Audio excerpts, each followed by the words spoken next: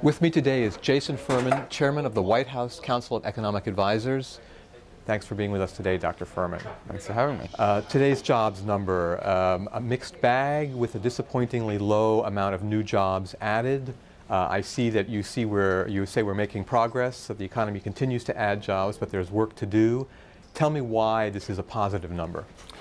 Sure. There's no question that the December number was lower than what we expected. The November number was revised up and now looks very strong at 240,000.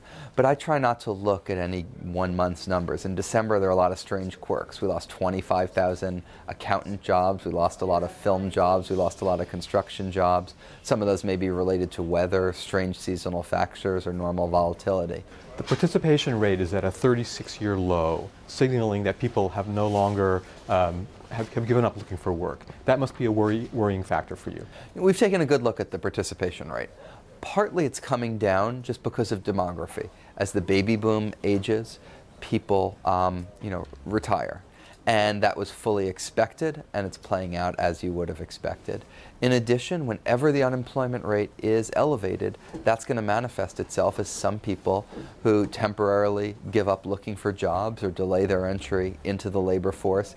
And as the unemployment rate comes down, you're going to continue to see demography working against us, but you're going to see some of those people start to return to the labor force. So as the economy improves, some of those people will go back to looking for work, is your expectation? Yeah, there'll be these two forces. You'll continue to have demography lowering the participation rate, but you'll have people coming back and looking for jobs or entering the labor force.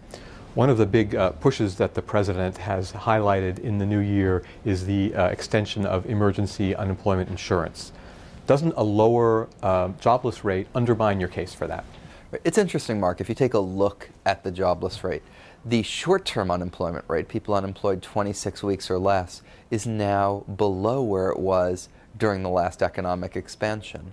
The entire reason the unemployment rate is elevated is the long-term unemployment rate, which at 2.5% is basically twice as high as any time in the past when we allowed emergency unemployment insurance benefits to expire. There's 1.3 million families that this past week discovered they didn't get an unemployment insurance check in their mailbox. They're having a hard time making ends meet, making their mortgage payments, paying their car bills, and we need to do something for them as they continue to work really hard looking for jobs. What is the single piece of legislative action that the President would like to get that would stimulate growth and create jobs? The most pressing issue is unemployment insurance, and that's because we should have done it before January 1st, but Congress left town without doing it, and those people are there waiting.